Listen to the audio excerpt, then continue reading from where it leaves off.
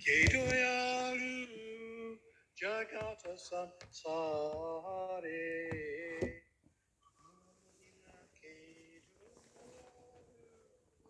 Jagata Samsare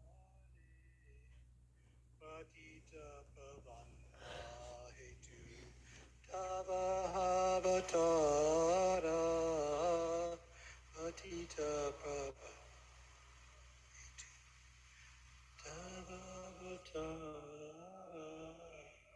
Mosama Patita Prabhu Napai Beara Mosama Patita Prabhu Napai Beara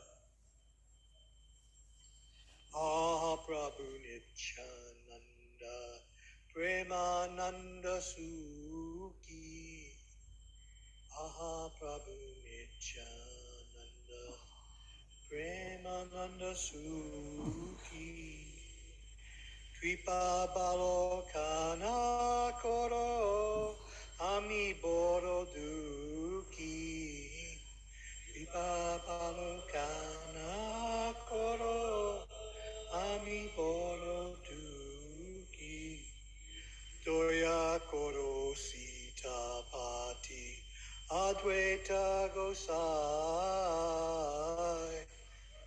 Koro Sita Pati Adwaita Tava Kripa Pare Pai Caitanya Nitai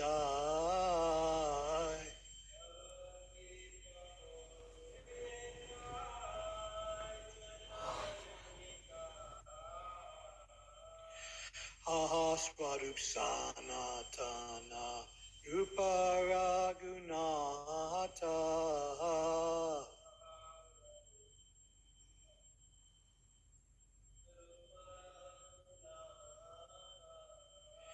Ata Yuga Shri Jiva Prabhu Lokanatha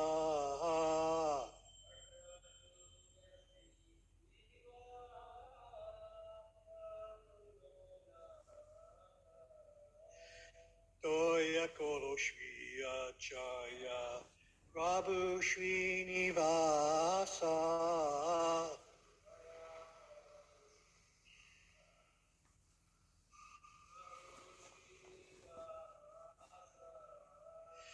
Ramachandra Sangamaje Narottama Dasa.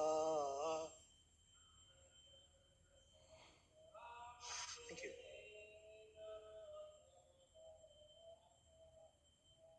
Shri Krishna Chaitanya Prabhu Daya Koro More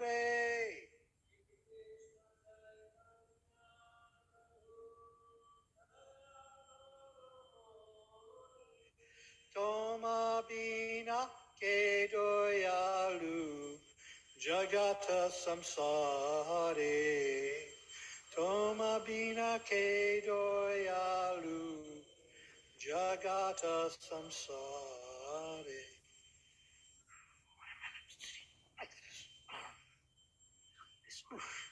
Om Namo Bhagavate Vasudevaya. Thank you. Om Namo Bhagavate Vasudevaya.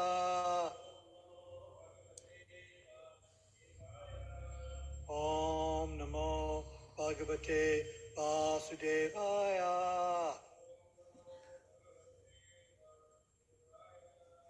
Jaya Jaya Shri Caitanya Jaya Nityananda Jaya Dvaita Chandra Jaya Gora Bhakta Vrinda Jaya Jaya Shri Caitanya Jaya Nityananda Jaya Dvaita Chandra Jaya Gora Bhakta Vrinda Jaya Jaya Shri Caitanya Jaya Nityananda Jaya Dvaita Chandra Jaya Gora Bhakta Vrinda Hare Krishna. Thank you. Today, as usually happens on Sundays, we are reading from the Caitanya Charitamrta, written by Krishnadas Kaviraj Goswami, directly under the guidance of the Govindaji deity. And we are in the Adi Leela. The Adi Leela has a lot of the core basis philosophy. And the Adi Leela really brings things together that we have read or heard from other parts of the Veda. And we are in the second chapter, nowhere near where it should be, and text 38. 38. That's interesting. Interesting typo. It says text 38, and then the next one it says text 38, and this says text 40. Typos happen. So 38, 39, 40, and 41, 40. Another typo. 38, 38, 40, 41, 43. Okay, well, things happen. And so we, according to this edition, it'll be the purport to text 41. Where would life be without a few glitches to keep us on our toes? So text 38. Nare sabe kare sava jivara dichaya. Aranya sabdate kare tahara ashraya. Jai Shri Shri Radhabana Mohan. Jai Shri Shri Radhabana Mohan. The word Nara refers to the aggregate of all living beings. And the word Aranya, Ayana. So Ayana. The word Ayana refers to the refuge of them all. So we have Nara, and Ayana. Put them together, of course, and the two A's merge together, so the two short A's become a long A, so it becomes Narayana. What's listed here is text 39, but which I'm assuming is text 38.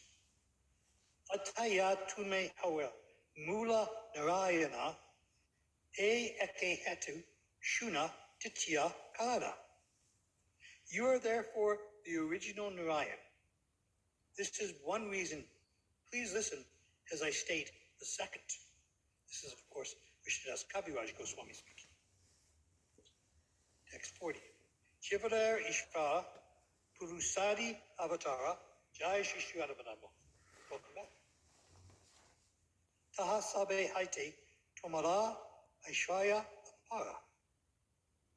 The direct lords of all living beings are the Purusha incarnations, but your opulence and power are more exalted than theirs.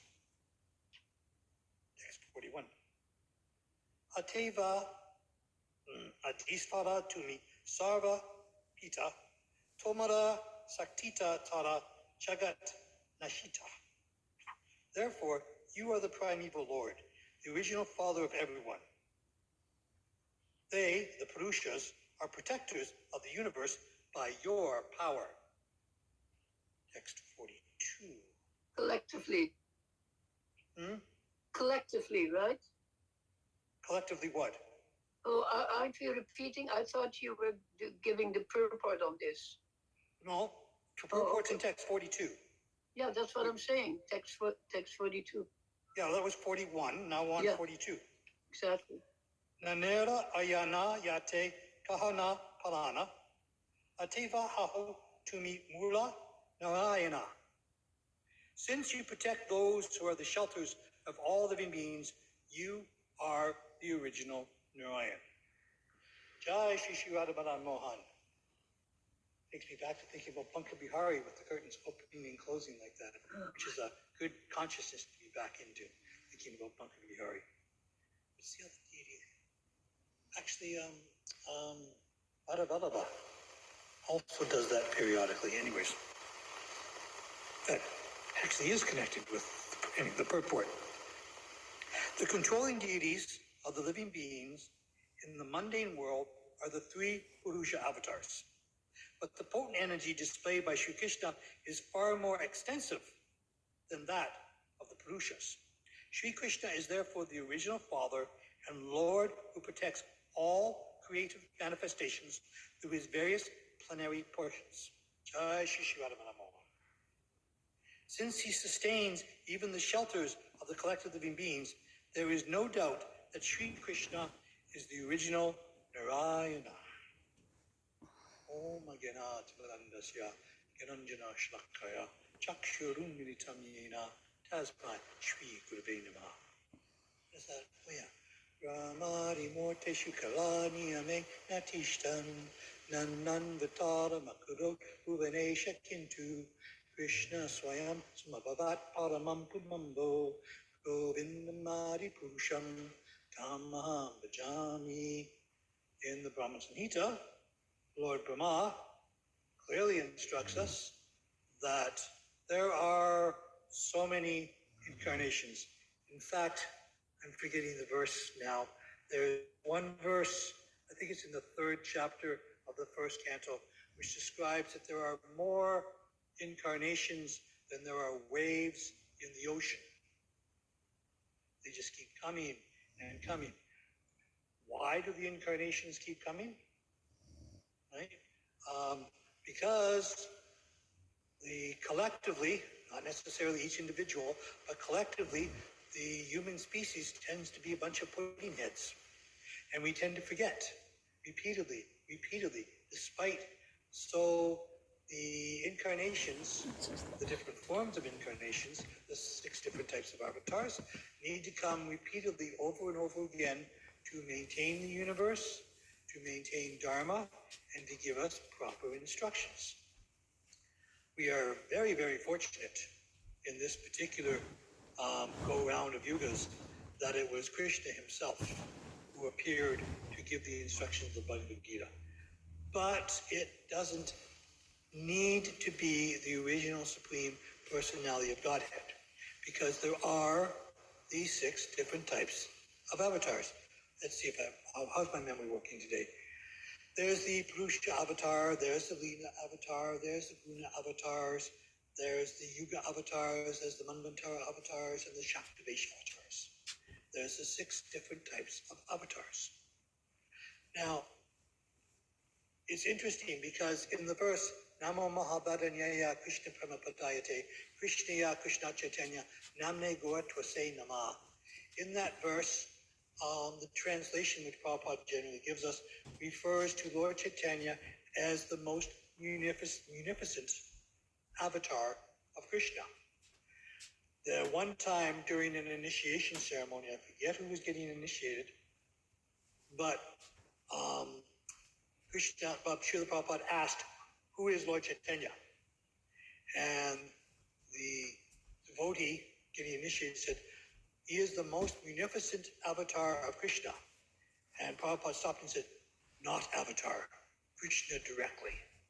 So we have to sometimes think exactly what the word avatar means. It means one who descends, one who comes from above and comes down below.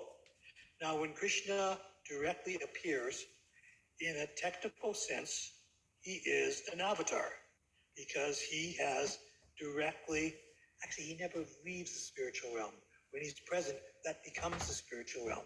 But for the sake of trying to present philosophy, especially in the beginning stages, it's sometimes stated that he leaves the spiritual realm and comes to the material realm to enlighten us. So yes, technically that would indeed be an avatar, one who is descending. But when we look at the 6 different types of avatars, none of them actually include the Sanam Bonam, the complete total of all. We have the Purusha avatars, right? Shivadakashaya Vishnu, Radhadakashaya Vishnu, where am I going? Gunadakashaya Vishnu, Shivadakashaya Vishnu, and Garbhodaya Vishnu. Garbhodakashaya Vishnu, thank you. So we have these different avatars, and even in these verses, it's explained that though they be plenary portions of the Lord, they do not constitute the Lord in fullness. One of the reasons given in the Bhakti-Rasamrita Sindhu, it's really hard to find a good English translation, but there's one verse in the Bhakti-Rasamrita Sindhu where Rupa Goswami stresses the main important difference between Swayam Bhagavan Sri Krishna and all the other avatars, especially the Narayan avatars. He's specifically talking about the Narayan avatars in this verse, is that one does not truly get into prema with these other avatars. Well, is some circumstances like Aditi where she got to be the mother of an avatar. Actually, if you look at the Devatas, the Shaktavesh avatars, in a technical sense, all her children were avatars. But Vamanadev is the one specifically thought about as an avatar. And friendship can very much happen with an avatar. Specifically, the first one that comes to my mind is Sri Narayana Rishi, which is again Krishna Arjuna, appearing in a different form to present proper Dharma, to present proper Vedic understanding, where Narayana. Interesting way that Nara is presented here is basically, generally the word is utilized by many people simply to mean humans, and sometimes even the male gender. But here in these verses is being stressed that it is all living entities. All the jiva are Nara. So it gives us interesting words like Narada Muni. Anyways, that's a whole different Sanskrit tangent I'm not going to float down right now. We're dealing with the avatars.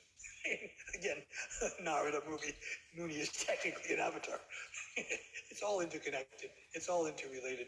It all comes together. And we could spend lifetimes studying the philosophy, but if we're not actually moving forward with that one thing that separates Bhagavan Sri Krishna from all the different avatars, is the aspect of prema. Now someone could argue, well, what about Balaram? He has his own gopis. Balaram is an expansion. He's not an avatar. Even though, like Krishna, he may appear in the material world, he is the first expansion. He is the fountainhead of all the other Jatavesh, all the other Chaturvyuhas, Vasudev, Sankhya, Paduna, Niruddha. They come, and then there's another Narayan, and then there's another Chaturvyuha, and then from that Sankashan comes the Garush avatar. And from the material perspective, it starts thinking, wow, they're really down the ladder. No, this is material understanding of some sort of superiority and inferiority based on status and position of where one exists within the continuity line. And it's stated that they are, except for the aspect of prema, non-different. Now, to emphasize their difference, they tend to appear in a four-armed form. I heard this one lecture by Srila Prabhupada. I forget which verse it was on. I bumped into it again the other day, and then I got distracted, and I lost track of the verse. But Srila Prabhupada stating that just like a businessman, when he goes to work, he puts on his shirt and tie. So when he's at home, he's more casual and he's more relaxed, and his loving family is surrounding him. In the same way, when Krishna appears as the different avatars, he puts on his work clothes, which tends to be the four-arm form. Sometimes it's an 8-arm form, sometimes it's a 12-arm form, but he has things to do, and because he's busy doing things for our benefit, and as he states in the third chapter of the Bhagavad Gita, even he needs to perform his dharma, else everything would go to ruination. Then he appears, but when he's at home and he's more relaxed, he is in his, it can be called the human-like form because we are in his image in the sense that we do exist, but his body is so non-human, it's so transcendental, so beyond the realms, even beyond the realms of the different avatars. The Purusha avatars, of course, are in charge of Dakashaya Vishnu is manifesting the universes. So in that sense, he is the Paramatma of all the universes. Garbhodakashaya Vishnu is existing inside each universe, floating on Ananda Sesha, keeping that universe in order. So in that sense, he is the super soul, the Paramatma of each universe. And Kshirodakashaya Vishnu is inside not only the heart of the body, but he's inside the heart of the living entity itself, and he's inside each and every atom. Each and every aspect is permeated through Kshirodakashaya Vishnu. Generally, when we use the term Paramatma, Super Soul, most likely we are referring to Kshirodakashaya Vishnu. But just like the term Juggernaut can be applied to Vishnu, Brahma, or Shiva, and we know this because of the story in the second canto of Atri Muni. When Atri Muni was praying that he wanted his son to be just like Jagannatha. And during his prayers, Brahma, Vishnu, and Shiva all appeared before him and said, "You've called us?" He says, "There's three of you." And they reply that we can all be referred to as Jagannatha. This actually aspect from the Bhagavad Purana gave rise to some of the dispute as to whether the Jagannath deity in Puri was Vishnu or Shiva.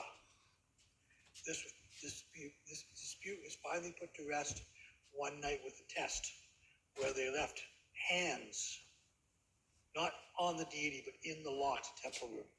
And in the morning when the temple was unlocked, Jagannath was holding the conch and the disc, showing that he was indeed Vishnu.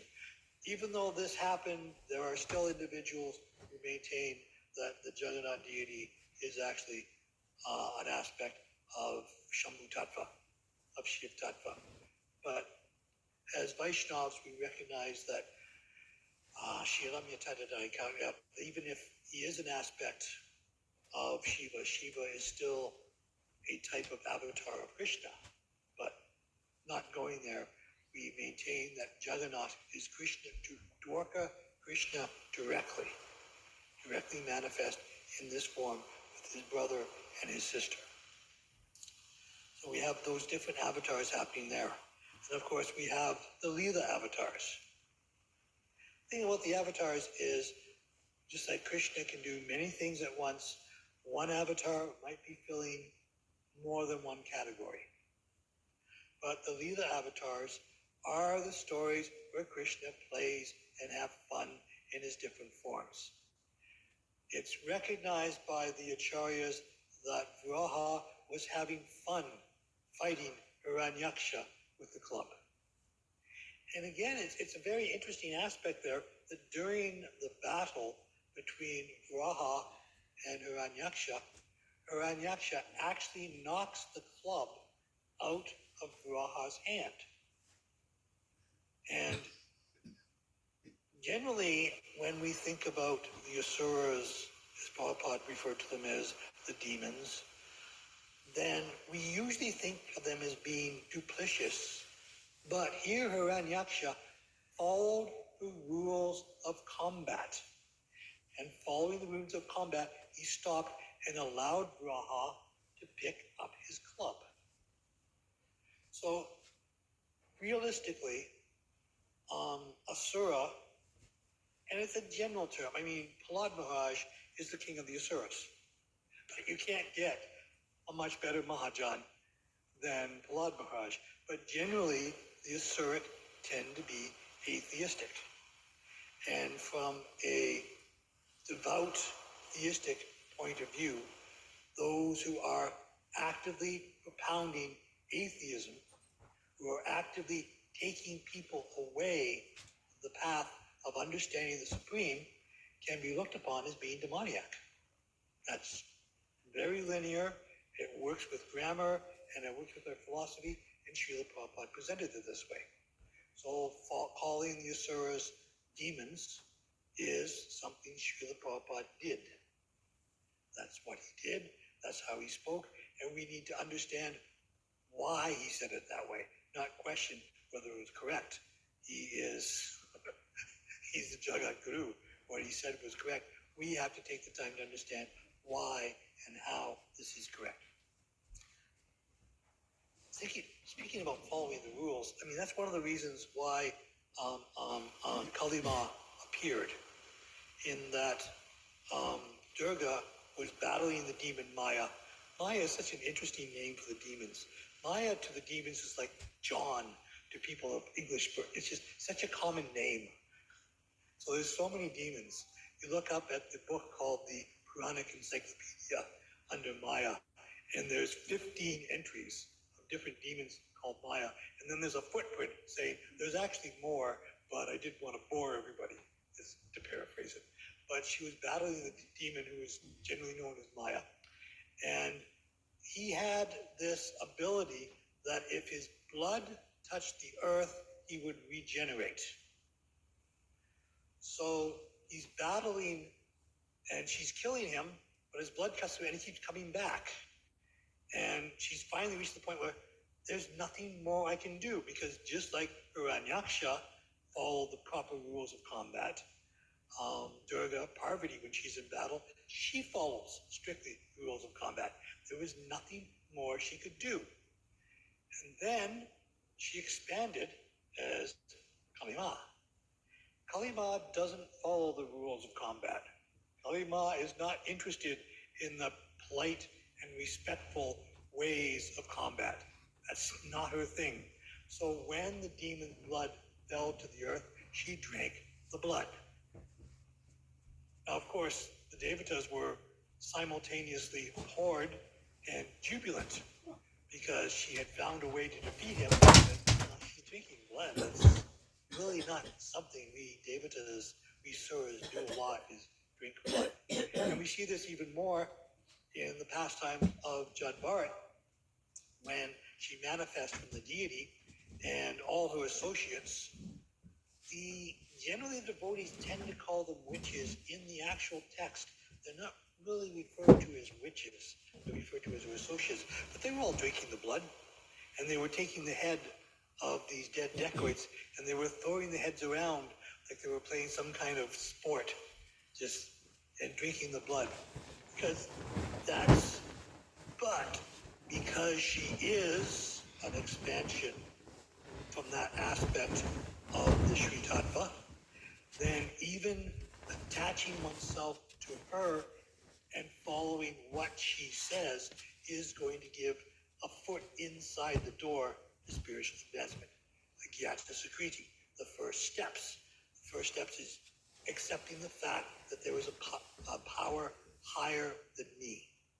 And so by worshiping Kalima, then they're making that step forward. She's an abbot. It's not that much of a tangent off class. But we have the Leela avatars. And then we have the Guna avatars. Now these are the ones, because when the Europeans came, they were conditioned by the European aspect, and especially the Western European aspect, even when it came to academia, was heavily Christian based. They were used to this whole concept of the Trinity. And then they saw the Guna avatars, and there was 3 of them, and they said, oh, this is wonderful. These Hindu people almost understand Christianity because they have some understanding of the Trinity of God. It's really not the same. It doesn't connect at all. It's not, it takes a lot of intellectual juggling to put the two together in sequence.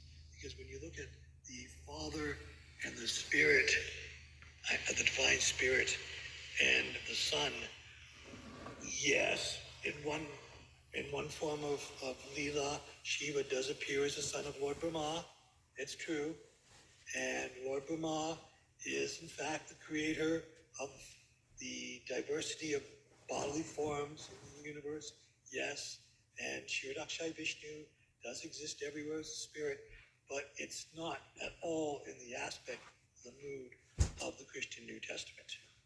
So, but they would, rather than accept the facts as they were presented, these individuals tried to take the guna avatars and twist them to fit their preconceptions. Everyone who comes to Krishna consciousness is going to have this same anartha. We're all going to have it. Doesn't matter even if by some chance an individual was born in a strict Vaishnava family that's been following Mahaprabhu for 500 years and were following properly Vaishnava before that time.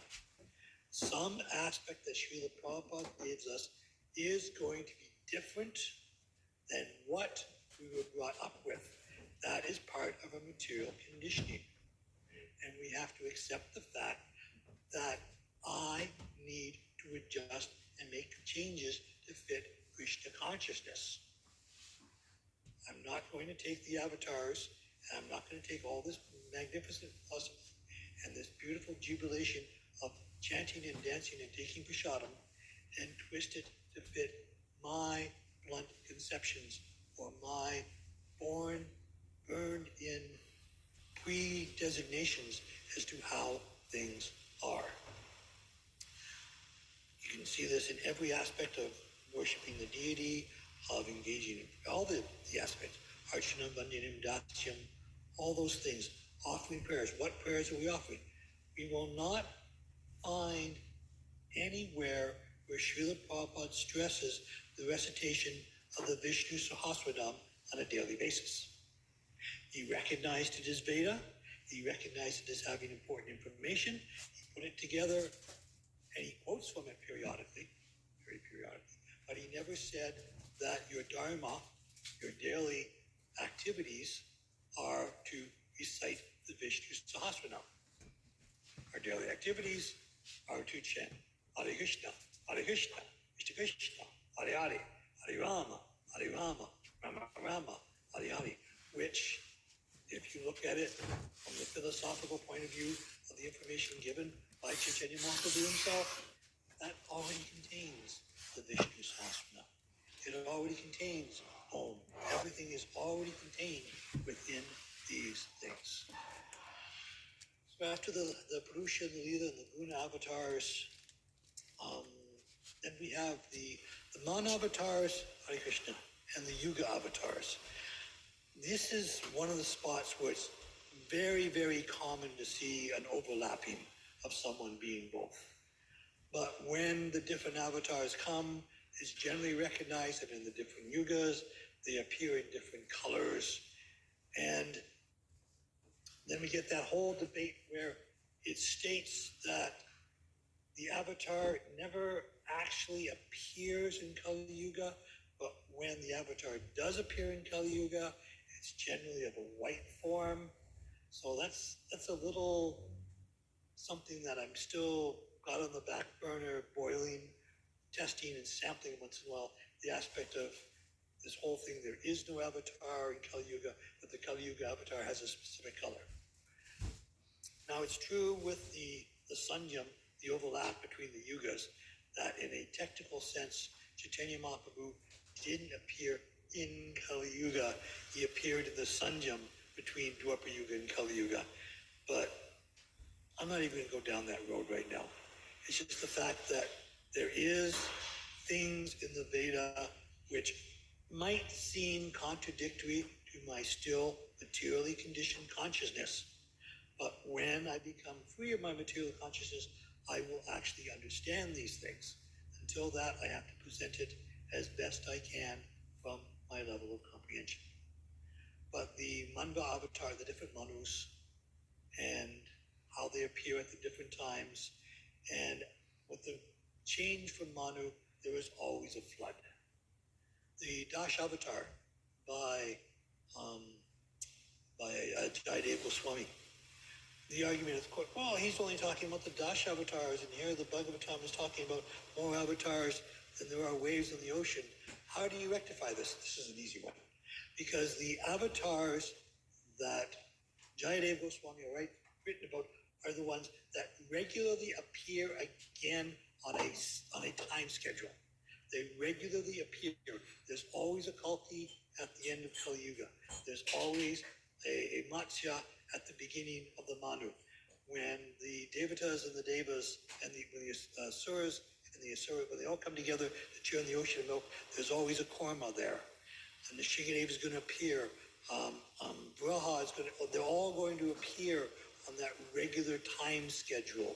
So these 10 avatars are the ones that we can expect to see again and again and again.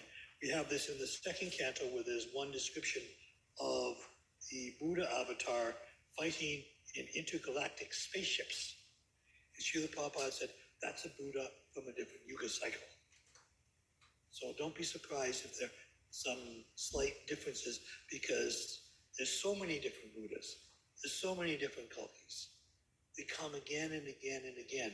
So the Yuga avatars, the Man avatars. Then we have the Shaktavesh avatars, the empowered. In chapter 9, Krishna tells us that he is the ability in man. So in one sense, anyone who shows exceptional ability can be looked upon as having some aspect of avatar, but the main aspect of the avatar is to use that ability to draw people's attention back to Swayam Bhagavan Shri Krishna, the Sarvabhauma, the Sanambonam, the supreme cause of all. That is what the avatar, not just that they can lift great amounts or they can run great distances, or they can do these amazing physical or even seemingly magical, mystical things. If they are using that position to awaken our love for Krishna, that is the Shaktavesh avatar. So the Shaktavesh avatar might not seem at first glance to be so much, but we can understand from their actions, they are indeed incredible. And their gifts from Krishna are meant to awaken our love for Krishna. That's the Shaktavesh avatars. All these avatars. Now, portions and plenary portions. A portion of Krishna and a plenary portion of Krishna.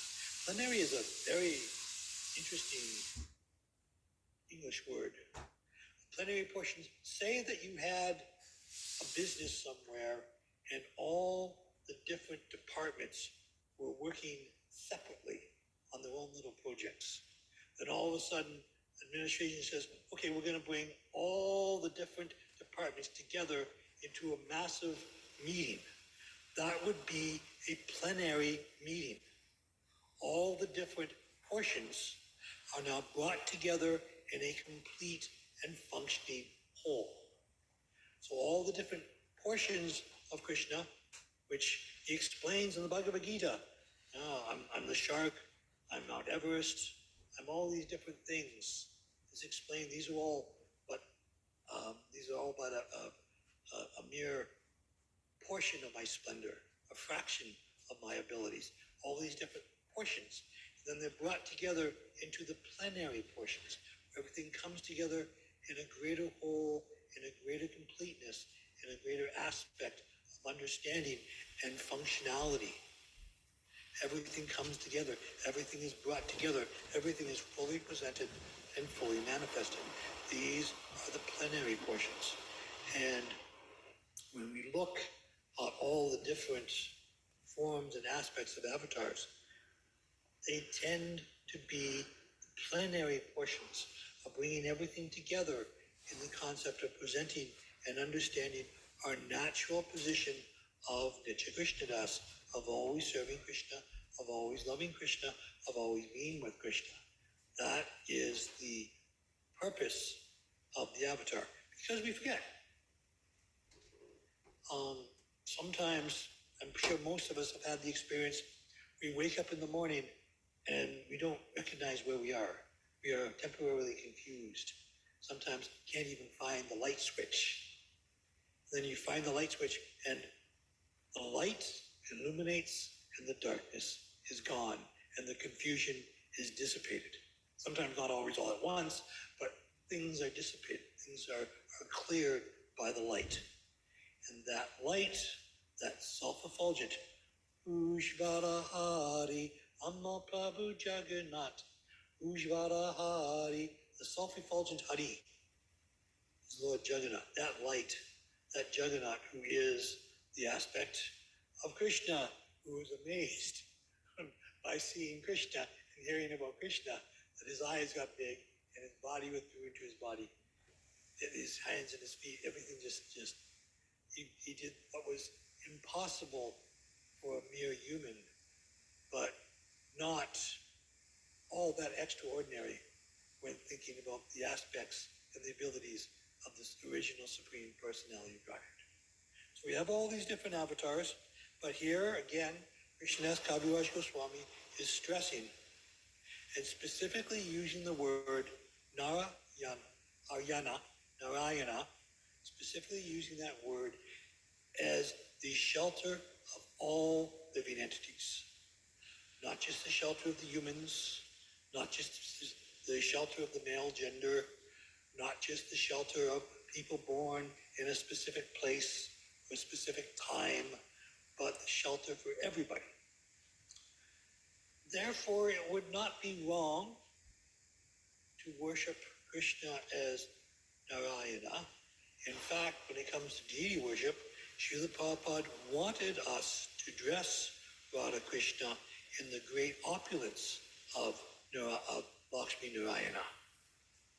It's true that one might reach the stage in one's particular devotion where one is more intimate with the Lord, and when dealing with one's own deity, then one can be in a whole different class of worship.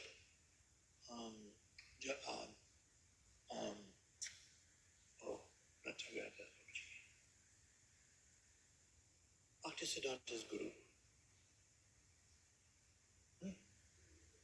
No, that was his father. His not Bhaktivinoda. Dwarakeshwar Baba. Yeah, that's right. Anyway, he was one time criticized because the devotees didn't like the way he was taking care of his deities. So they said, you should bathe your deities. So he said, fine.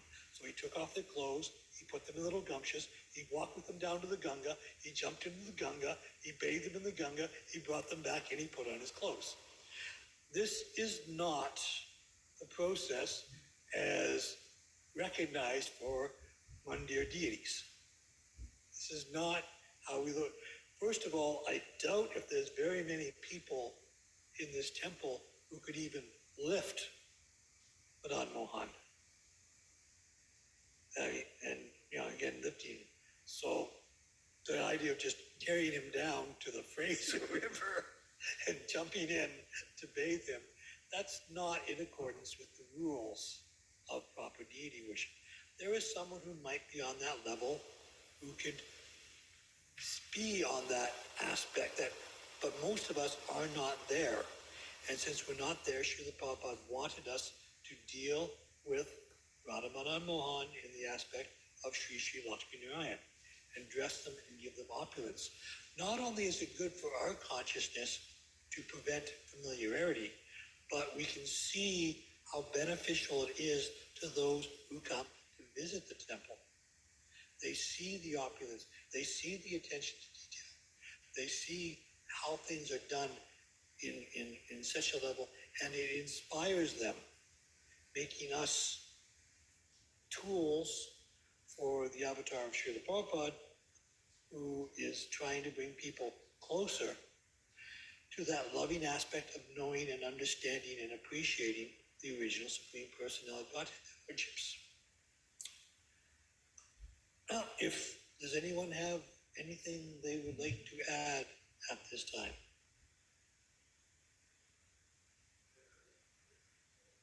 Yeah.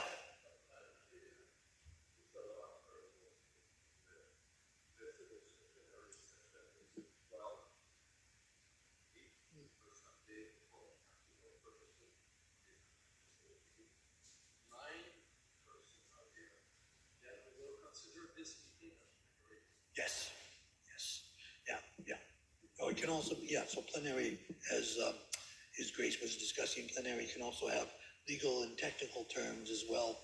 And sometimes, not always, but the word can be, quorum? Yeah, quorum can be interchanged with quorum, or the bare necessity needed to achieve. But when we're looking at Krishna's avatars, we're not dealing with quorums or bare necessities, we're dealing with unlimited opulence. So, yeah, we have to understand the word and how the word is used and how the word is applied.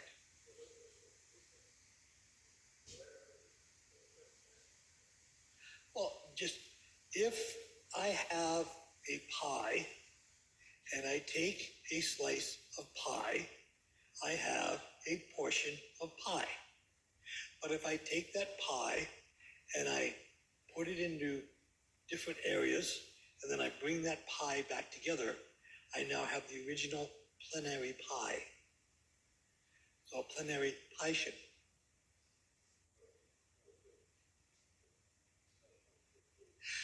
A Shaktavesh does not have all the power. The Shaktavesh avatar is, yeah. Now that specific can be general also, depending on the Shaktavesh avatar. Yeah, it could be general. It could be like, we know that Srila Prabhupada was Caitanya, past, present, and future. We know that at the opening of the London temple, when the pillars were falling down, a normal man could not lift those pillars, but Prabhupada held them up, like Hercules. So it's the Shaktavesh avatar generally refers to someone, but it's in a specific area of endeavor and expertise, that all those endeavors and expertise need to be focused on bringing us, reawakening our love for Krishna.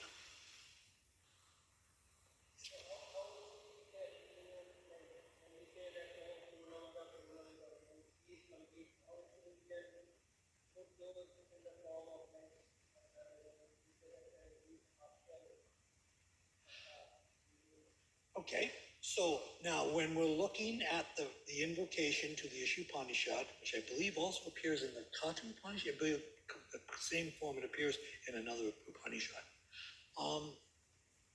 Everything is perfect and complete. Why is the universe perfect and complete? Because Krishna, Narayana, is behind everything. Not a blade of grass moves. Everything that they call gravity is actually Shirodakshai Vishnu inside the atoms. So all the universe is perfect and complete. So in that perfect and complete universe, there is a portion who is pointing us to awaken our love for the complete absolute whole. Therefore, even though they are a portion, they are part of the complete whole plan, making everything complete and whole. So sometimes when we look at these like verses like that, we have to take the holistic, the whole thing. And so when the verse isn't talking about, oh, this particular person is only a portion for it, so he's not he's perfect and complete, or this person is perfect and complete because they are connected with the goal. They are connected with the process. So if I ever become fully connected with the process, I would also be perfect and complete, even if still dwelling within a material form. So that perfect and completeness is awakening and in ourselves and others our dormant love for Krishna. So anyone who's doing that is part of the perfect complete whole. And the universe is perfect and complete because Krishna is behind everything. And you can't get more perfect and complete than the Lordships. Everything is there. Is there anything anyone else would like to put forward at this Kalo Shmi Lokashayakrit Prabhudo at this time? Can you hear me? I can hear you. Okay, you are Disembodied voices from the heavens. you are mentioning about 8 and 12 hands of for Vishnu, we can say. Where is that? I never heard of it. Okay, I can hear your voices, but You're going to have to slow down because I could not clearly make out your words. Say the question again, please. You mentioned Vishnu. 18 hands. There. I'd have to look. I know the 12-hand phone. I'd have to look it up. But one thing we have to understand is that there is no limit to what he can do. Yeah, that's right. He is unlimited. I know I've read it. Right now we just finished moving and all my Bhagavatams are packed up. So I'd have to dig through and find it again. But I know it's in there. The 6th hand form, that's Sad Bhuj. That's Caitanya Mahaprabhu himself. But it's there, with all the different forms, all the different aspects. There's no limit. Do you remember the 12-arm form of? Yeah. He's got all these different weapons. It's there. Anyway, it's in there.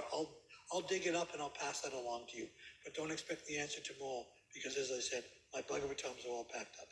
And it's one of those things I know it's there. I just have to track it down. Thank you. Is there anything else?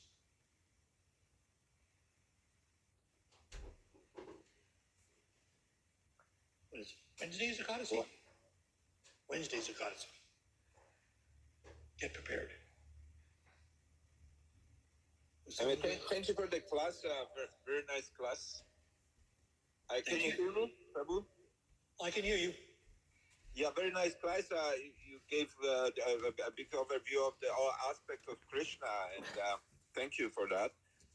And like for me, like I see everything in colors. Like all colors. There are 3 primary colors: the yellow, red, and blue, and the 3 secondary colors, which is green, purple, and orange, right? And so, but okay, and all those 6 colors represent the 6 qualities of Krishna, right? The wealth, the power, the knowledge, the beauty, fame, and austerity. So, but because I see everything in colors when I'm in a like when I paint paintings, I have to use all the colors, which is like maybe by blending all those 6 colors, I can have 1,000 millions colors, right? So that's my awareness kind of goes to the aspects of different, as you were saying, planet portions and planetary of this basics, right? Mm. And when you blend all the colors, it's black. Yes. Which is Krishna. Yes. So Krishna is all of it. Yes.